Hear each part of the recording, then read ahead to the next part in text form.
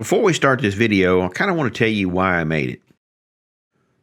We are planning on building a new shop, and we've already started the groundwork. Concrete is in the works. But we made this plan over a year ago, and we also made our budget over a year ago. In the last year with COVID, the prices of everything that we need for our shop has increased 4 times. This made me think, I wonder how much Lowe's is making off of this stuff. Lowe's pandemic profits. That's what we're going to talk about today. Our channel is about sawmill, tractors, and firewood, so this is a little bit off topic, but times are odd. Over a 12-month period, Lowe's made this much profit. Hang on just a minute and we'll unbox this big old box store. Now, we're not here to say how much profit is right or wrong, but I would like to know how much you think is right or wrong.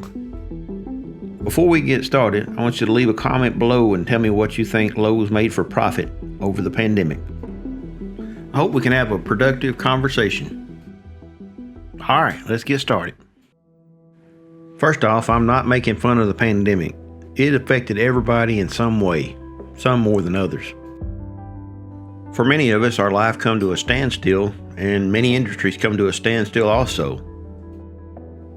Before we get to the numbers, I want you to understand how Lowe's made so much money. If you can stay with me just a little bit longer, I'm going to tell you how much Lowe's CEO makes compared to his average worker. Prior to COVID, there was a housing shortage in many parts of the United States, and this housing shortage created a boom, and this housing shortage continued into COVID. In spite of COVID, people still need a place to live, and construction for most cases continued. Prior to COVID, most of the sawmill industry was estimated to be at 90% capacity. The housing downturn of 2008 had really slowed the housing market down and made sawmill companies not want to invest in more infrastructure. Lumber prices had already started increasing prior to COVID, but after COVID, they skyrocketed.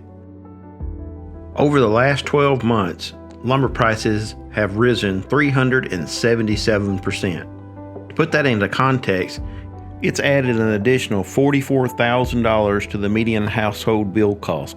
To clarify even more, a 2x4 that cost $2.39 before COVID is now $10.37. 2x4s are not isolated. Every product has went up dramatically. This has priced many people out of the market. Sawmills running at their max capacity and a housing boom is not the only reasons that the prices have went up and Lowe's has made so much money. A massive amount of people were told to stay home due to COVID. Many other factories that were running at full capacity suddenly turned quiet. Cargo and transportation hubs around the world slowed dramatically. This brings us to our root cause. 150 million extra people stayed home, and they had one thing in common. They all had time to complete those projects that they've been putting off. Lowe's was considered an essential business and therefore kept its doors open. Every dripping water faucet, every paint job, every conceivable wood project you could think of across our nation, times 150 million extra people, just started to happen. Money that would have been spent on vacations and other forms of entertainment were redirected towards their home. In some cases, there literally was nothing else to do. Many people want to place blame, but in reality is we had more demand than we had supply. And the economics of supply and demand have been the same for thousands of years. More demand, higher prices. In other natural disasters, the government has moderated prices. I'm curious to know, do you think this is price gouging? I know this is a lot, but I'm just trying to put it in context. And don't forget to wait. I'm going to tell you how much the CEO makes versus an average Lowe's worker. This is how much Lowe's made the last 12 months of the pandemic. They made $5.8 billion profit. Let that sink in a little bit. Let me put this in perspective. If you touch dollar bills end to end, you could have a string of dollar bills that would go from the earth to the moon and back, and at least one time around the earth after that. I'm not sure my dollars end to end would make it to Lowe's. That's more money than a lot of countries' gross national product. So this is a lot of money to be made through the pandemic. So now let's talk about the CEO's pay. Marvin Ellison is the CEO of Lowe's. And after doing the research on this video, I actually found him to be a pretty fascinating gentleman. Putting aside that fascination, I promised you guys I would tell you what his pay was. It's a publicly traded company, so we all can look it up. In 2018, he was hired on as the CEO of Lowe's and made $1.4 million annually, plus he got a stock option for starting out for $6 million.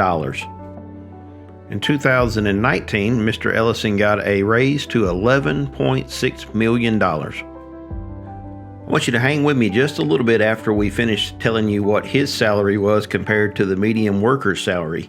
I'm going to touch on some CEO salaries from around this industry. During the COVID pandemic year of 2020, the CEO of Lowe's made $23.1 million. During that same time frame, the average Lowe's employee salary was just under $60,000 a year, with some jobs starting out at just over $13 an hour. I'm not saying that the CEO making that much money is wrong, but I would like to know what you think. Leave us a comment below, and now we'll get to talking about some of the other CEO's salaries in the same industry. The CEO of Home Depot made $14 million in the COVID year of 2020. The CEO of Walmart made $21.2 million during the COVID year. Hey, check out the rest of this video and see what I'm doing to compensate for the high prices of lumber.